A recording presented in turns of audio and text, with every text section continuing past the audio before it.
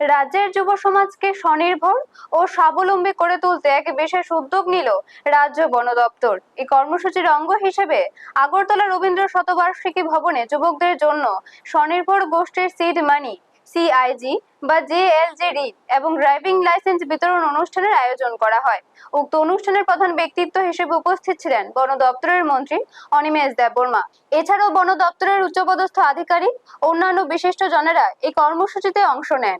অনুষ্ঠানে মন্ত্রী যুবকদের উদ্দেশ্যে বলেন, রাজ্য সরকারের মূল লক্ষ্যই হলো যুব সমাজকে আত্মনির্ভরশীল করে তোলা, যাতে তারা নিজেদের কর্মসংস্থানের পাশাপাশি রাজ্যের অর্থনীতিতে অবদান রাখতে পারে। বন দপ্তরের এই সহায়তার মাধ্যমে উপকৃত যুবকেরা নতুনভাবে পথ চলার অনুপ্রেরণা পাবেন বলে আশা প্রকাশ করেছেন সংশ্লিষ্ট সকলে।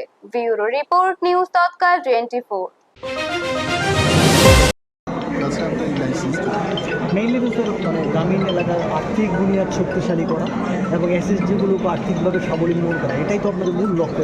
তবে এটা ঠিক যে শুধু ইন্দো জার্মান ডেভেলপমেন্ট কোঅপারেশনের মাধ্যমে তাদের আর্থিক শক্তিশালী হবে এমনটা না, আরও অনেক কিছু আমাদের করতে হবে। যেমন অ্যাগ্রো ফরেস্ট্রির উপর আমরা জোর দিচ্ছি।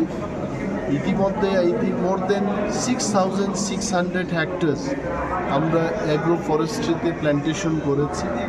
তাতে আবহাওয়া ঠিক থাকে, তো সাথে সাথে আমাদের সবাইকে অংশগ্রহণ করতে হবে। অনলি অ্যাগ্রো ফরেস্ট্রি এবং ডিপার্টমেন্টের প্ল্যান্টেশনের মাধ্যমে কিন্তু ক্লাইমেট ঠিক থাকবে, এটা সবাইকে দায়িত্ব নিতে হবে।